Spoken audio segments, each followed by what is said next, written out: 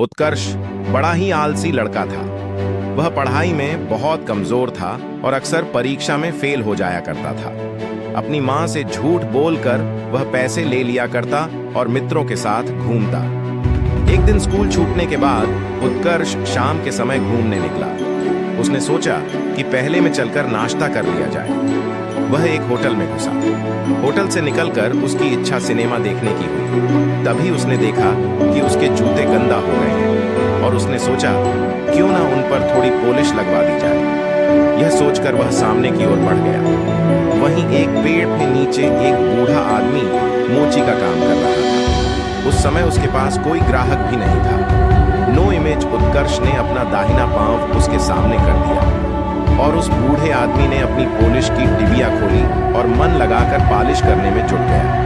तभी उस बूढ़े आदमी का बेटा मामूली वेशभूषा में वहां आया। उसके हाथ में कुछ पुस्तकें थीं। वह स्कूल से सीधा ही चला आ रहा था। आते ही उसने पुस्तकें एक किनारे रख दी और बड़े प्रसन्न मन से अपने पिता से बोला, बापू, अब तुम उठो। दिन भर काम करते करते तुम थक गए होगे, जरा आराम कर लो। सर के जूते में चमका देता हूं।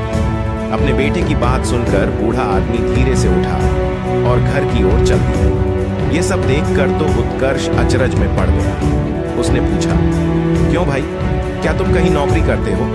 जी नहीं, मैं पढ़ता हूँ, बूढ़े आदमी के बेटे ने कहा। लेकिन उसके बाद भी तुम ये नीच काम करते हो, क्या तुम्हें शर्म नहीं आती? उत्कर्ष ने पूछा। काम करने में शर्म कैसी? मेरे बापू यही काम करके मुझे पढ़ा लिखा रहे हैं। शाम को मैं उनकी मदद किया करता हूँ। बूढ़े हो गए हैं ना, थक जाते हैं। उनकी हर तरह से मदद करना मैं अपना कर्तव्य समझता हूँ।